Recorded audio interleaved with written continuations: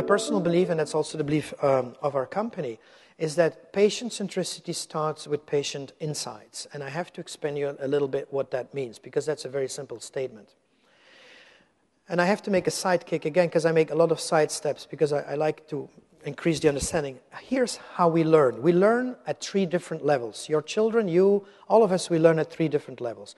I think a lot of people in this room probably have children. Can I have a quick show of hands? Who has children? All right. So the vast majority. I'll use that as an example. When you were younger, much younger, you knew about children, right?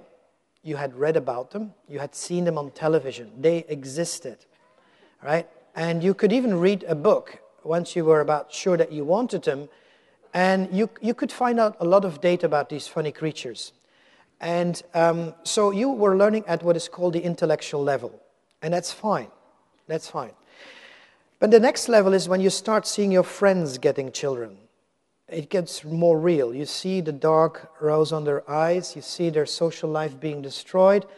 But you also see the joy of them walking around with the kid and hugging it. This is the second level of experience called the related experience. But nothing comes as close as the third level, which is you actually holding your own child or staying up at night. And these 3 levels of, I didn't invent those, this is very old, it comes from India, Buddhist, it's 3,000 years old. These 3 levels of learning apply to everything. You can read a book about the Himalaya, you can talk to somebody who's been there, and you can actually climb a mountain. You can read a book about driving a car, you can sit in somebody's car, you can drive it. Anything you learn like that. That's very important to understand that. And it's the same thing in health and disease. It's the same thing. And why is this important? I'll give you an example. This is a typical medical intellectual presentation. As you can see here, the subject is lying on their left side because they have a broken rib. As you can see up there, it's about rib number 7. So the subject probably had a blunt trauma. The prognosis is extremely good. Complication rate is low. It includes hemothorax and a few other things. But all you need to do is give them enough pain so they don't stop breathing. Apart from that, it's very simple. Next patient. The problem is, 3.5 weeks ago, I was that patient. To be fashionable these days, you need a skiing accident, so I arranged one. And I broke 2 ribs. And I can tell you that the difference between the intellectual and related, intellectual, what I learned as a doctor about rib fractures, related from having treated some patients, and the actual experience is day and night. And the medical thing didn't help me very much. It really didn't, because it didn't tell me how to get in bed, out of bed, turn in bed, how to go to the toilet, how to put on my shoes, and what to do. And all that really helped me, I got from other people who actually had gone through it. First friend I called said, drink. And I said, drink? What do you mean? He says, the last thing you want is constipation. I haven't thought about that. It's not in the course of medicine. It's true. And there were lots of practical things like that. And what I'm trying to show you with this example, this is a benign medical condition in medical terms. It's not benign when you lie there and you can't breathe. But just think of the chronic diseases you're treating. They're so much more serious than a rib fracture. There's a canyon of difference between the levels of learning. The intellectual level is the statistics of your disease. It's what policymakers make. It is what your own board uses to approve your plans. It's purely intellectual. And here's the big thing. I've been working in medical affairs for 25 years, and that was the closest we got to the patient. But the doctors are only at level 2 because they don't have the disease. And that means that if we've been spending the last decades talking to doctors only, we've missed the most impactful and insightful experience of the disease. And that and nothing else is the reason why we need to talk directly to patients. And at this point I want to make the remark, not to patient organizations, because very frequently they're not led by patients, but by partners of, or people who are doing it as a career. I'm not saying you should only talk to patients, don't get me wrong, because my rib fracture is probably not your rib fracture. But you should talk to a few of them, and I think you need all 3 levels. Good. So, then how do you do that? The important thing is you go and sit next to a patient, unless you can get the disease yourself, there's no way, right? But you sit to the patient and you become yourself at level 2, you become a direct observer. and you observe. And there are many companies these days that specialize in actually observing patients. Wonderful example was somebody who just taped one of those skiing helmet video cameras on their head and admitted themselves to an emergency ward and just looked around. It's a wonderful video on YouTube. It took 20 minutes for the first healthcare professional to say, "What is that on your head?" It's amazing what you can just learn by observation. But it's very important to not mix observations with insights. That's very different, and I will explain you what the difference is. The insights may come later, and they will be internally to your company.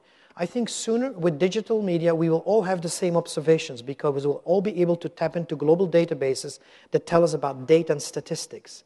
But it is what you do in your company, the links between those observations, that are the insights, and that is difficult. Now, observation itself is difficult, and I could spend my time, but my time is really running out. I'm going to have to rush.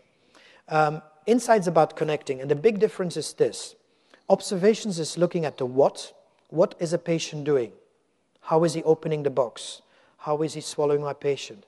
But the insight is the why, and that's why we need insights. Now, how you need to do it, I'll quickly go through it. It's quite important that you fix this, because if you're going to tell your company employees, all of them, to engage with patients, you want to make sure that you don't run yourself into compliance problems. The 3 categories: the associations, there's specific legislation for that, groups of patients, and the individual patient. And I would really urge you to work on the individual patient with your compliance team and set up a company-wide way of doing that. Of course, I can't share that because that's proprietary, but we've put a lot of effort in that, and we now have a very clear system whereby everybody in the company is encouraged to go and see a patient and knows how to, which forms to fill, which reports to do, etc., to do it compliantly. It's very important. Now, important when you talk with patients is always these things. Start with the basics, which is respect, which is confidentiality, which is reporting adverse event. It doesn't change. But you also never can forget who you're talking to and who it is. It's patients. I have known patients to be invited to executive meetings because the executive people wanted to know, and they push the patients through the executive schedule, which is, first of all, bladder training, and secondly, a brain training. Most patients with a chronic disease cannot, simply physically cannot, live their life at the same pace as we run our meetings. So you have to make sure they can go and rest somewhere, they can step in, step out, and don't make them sit into meetings for 3 hours and stuff like that. It sounds trivial, but it is really very important. Also make very big difference between planned and unplanned, because unplanned engagement with patients have different compliance dimensions. Active or passive, whether you're engaging or not, and last but not least, whether you want to keep the patient anonymous or not, because once you want to share their data, you need all kinds of approvals. 2 things to remember. There's the process journey. What I would recommend you is take any process in your company, all right? Devising a protocol, for example, for a study, or setting up a marketing detail piece. You map it out over time, visually. You have a meeting inside with your people and say, when should we have patients' input? You take away the dots, you go with that same chart to a group of patients and have them put the dots when they feel they should give input, all right? And then you put all the dots there where there is concordance, you just build it into your process. When there's a difference, you get a wonderful discussion. And you will find out you don't need patient input the whole time. There are decisive points in the creation of a detail piece, in the creation of a protocol where you need it. So that's the process journey. Also important is the patient journey, is to truly understand. And I'm not meaning the patient treatment flow, which was what we've done in pharma. Pre-diagnosis, diagnosis, monotherapy, bitherapy. I mean, how is the patient living that at the different stages? What is the emotional engagement? What is the experience? Those are the 2 journeys you should focus on. I'll jump this one.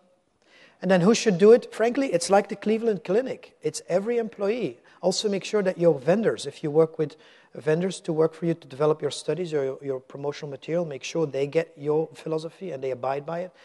And every stakeholder you work. So it's going to be everybody. So last slide as promised. My take-home message. First, the 5 E's.